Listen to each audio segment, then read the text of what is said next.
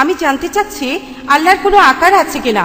পবিত্র কোরআনে সূরা জুমারের ৬৭ নং আয়াতটার অনুবাদ বলছে যে যেদিন কিয়ামত হবে সেদিন সমস্ত পৃথিবী থাকবে আল্লাহর হাতের মুষ্টিতে, আর আকাশমণ্ডলী ভাঁজ করা অবস্থায় থাকবে ডান হাতে।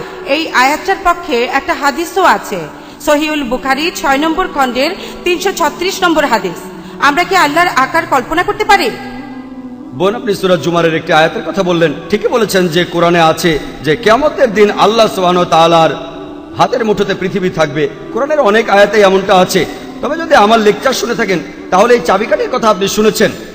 চাবি, এই ধারণার চাবিকাঠিটা হলো পবিত্র কোরআনের সূরা শুরার 11 নম্বর আয়াতে বলা হয়েছে লাইসা কামিসলিহি শাই, আল্লাহর অনুরূপ কোনো কিছু নেই।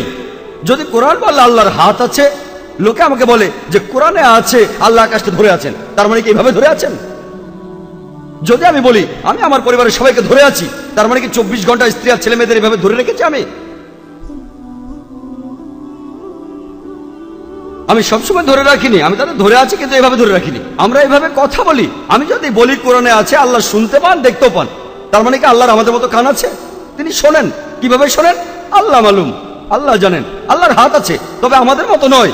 5টা আঙ্গুল, নখ আছে আর একটা তালু, এমন না। তিনি যেমন বলেছেন তার হাত আছে, তবে হাতটা কেমন? ওয়ালাম ইয়াকুল্লাহু কুফুয়ান আহাদ, তাহার সমতুল্য কেউ নাই। কিভাবে তিনি সেগুলো করবেন? আল্লাহ মালুম।